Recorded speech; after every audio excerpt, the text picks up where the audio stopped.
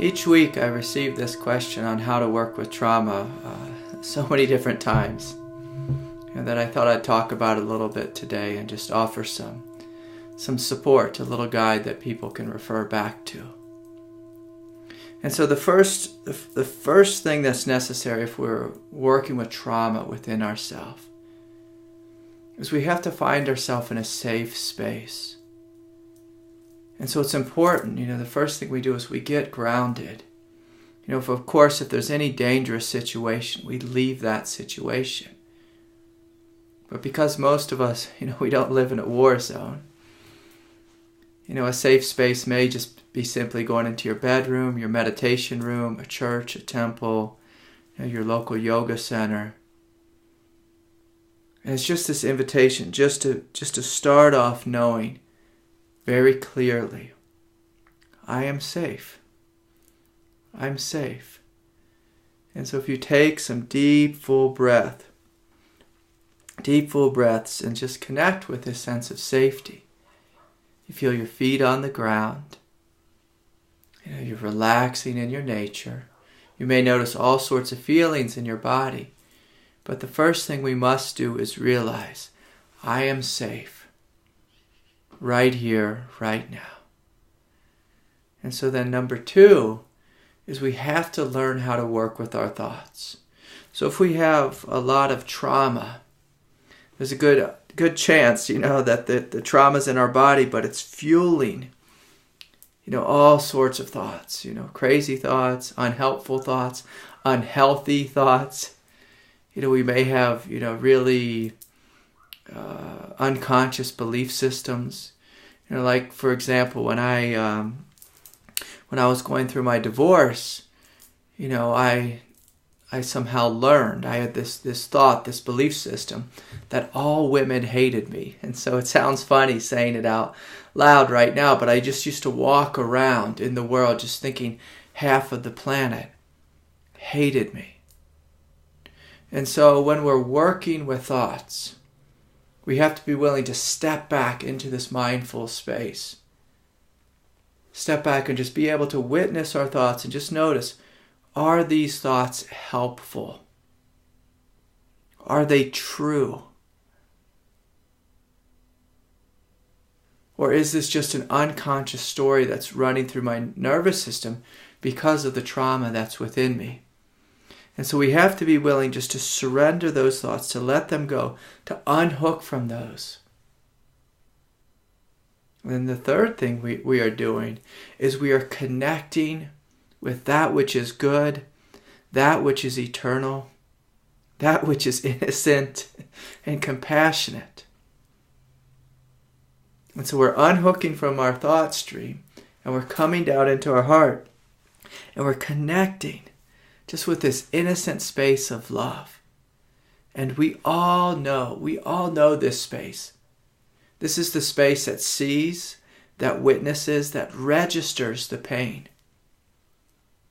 And so if you feel inside, you'll notice that there's this innocent, open-hearted space. And even though it has felt pain, and maybe currently feeling pain, I'm going to invite you to notice that the innocence was never actually harmed. The goodness within you was never harmed. That quiet space of radiance was never harmed. So that there's something good within you. So we're getting rooted in our heart, and we're noticing, there's something innocent here. And from this space of innocence, we have the strength, we have the power, we have the compassion to look at our pain, to look at our trauma, and acknowledge, there's pain here. There's pain here, maybe on top of my heart, maybe in my belly, maybe in my throat, maybe in the space of my mind, maybe in my pelvis. Maybe we just notice pain throughout our being.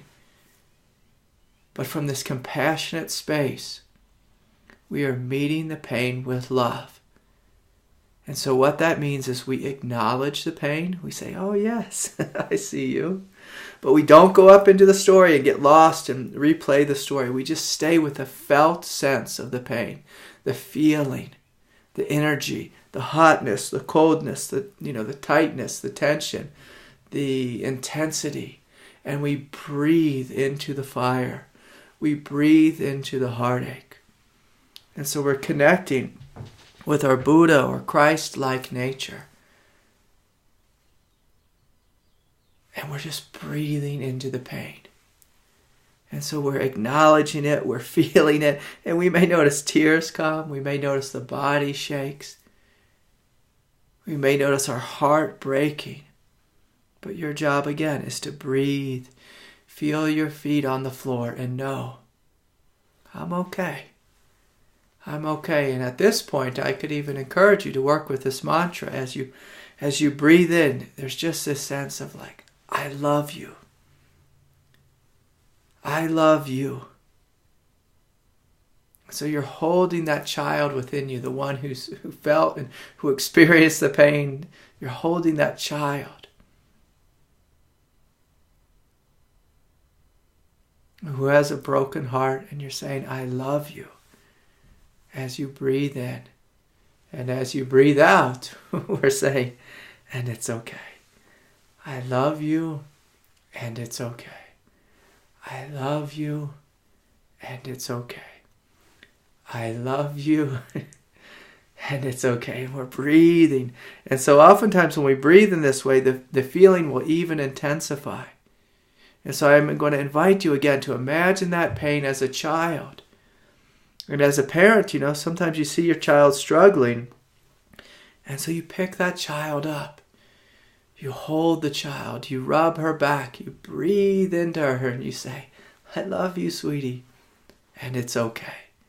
And so we're meeting ourselves with the same compassion of a loving mother and a loving father. So the energy of the loving mother is just embracing and just willing to patiently hold the pain as long as it takes.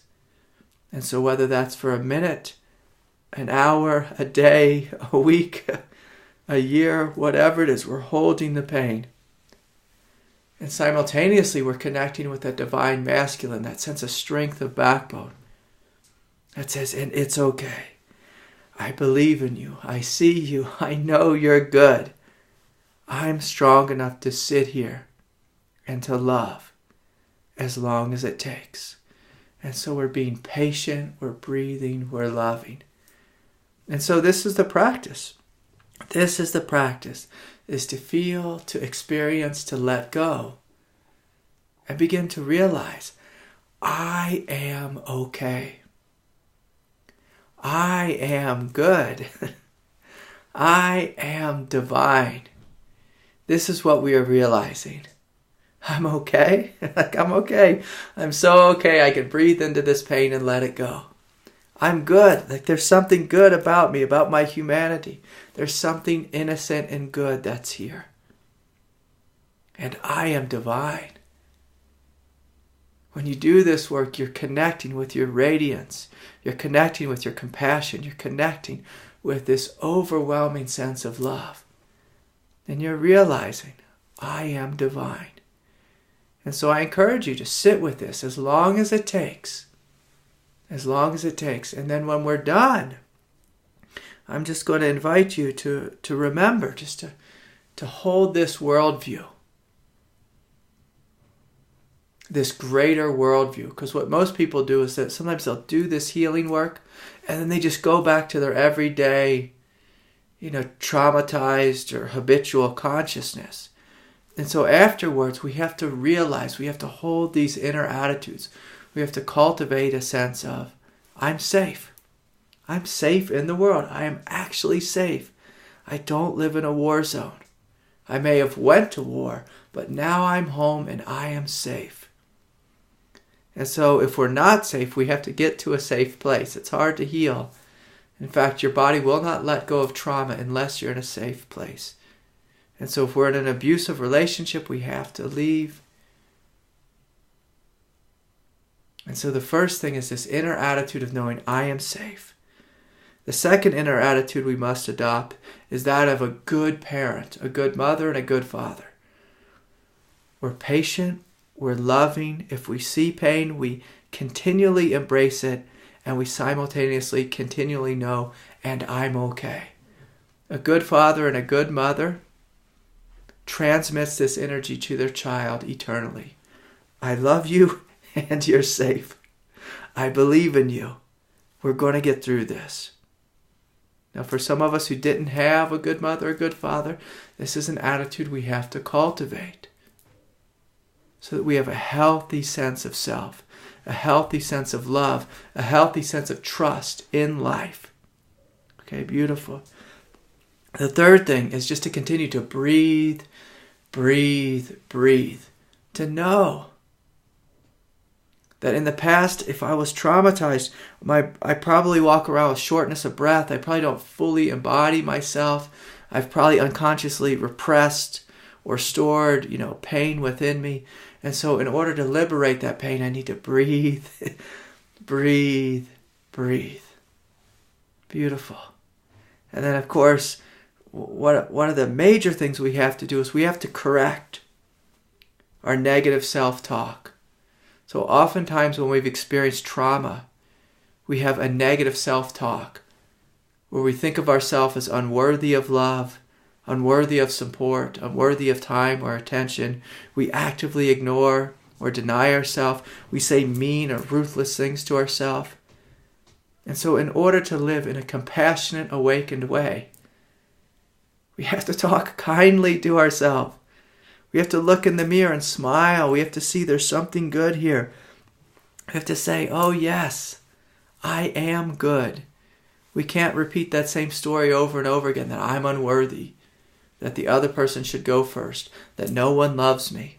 Like my story was, all women hated me. And so, but a deeper story that I had was that there's not a place for me in this world. That there's not a place. And so I had to create a new story, a new truth, a new realization that there is a place for me in this world. Of course there is. Of course I'm loved by God. Of course. And so I had to find that truth and allow that truth to be the ongoing story or perspective through which I see life. So really positive, healthy self-talk. Yes. And of course the last thing is simply to know that you are perfect in your true nature. So you have a daily meditation practice or yoga practice where you're connecting with that which is good within you. And you're realizing that what I am in my true nature is perfect, is good, is okay, is divine. And that your human nature, that it's a work in progress. But when you know that you are this divinity, then you have this sense of power, like a sense of empowerment that I can love the part of me that's struggling. I can love this inner child. I can love this wounded aspect of myself. And so this is how we go forward. We go forward being grounded, being open-hearted, being courageous enough to feel, to experience, and to let go. Yes, so thank you again for sitting here with me and sharing this moment. I encourage you to give yourself to this work. You are a manifestation of God. You are worth her love and your love. It's worth it to take the time to heal, to love, to honor. And as you do so, you'll have more energy, more love, more power, more truth, more divinity, more open-heartedness, more compassion that you can in turn share with life. Yes, so thank you all again for spending this brief little time with me. May peace be with you.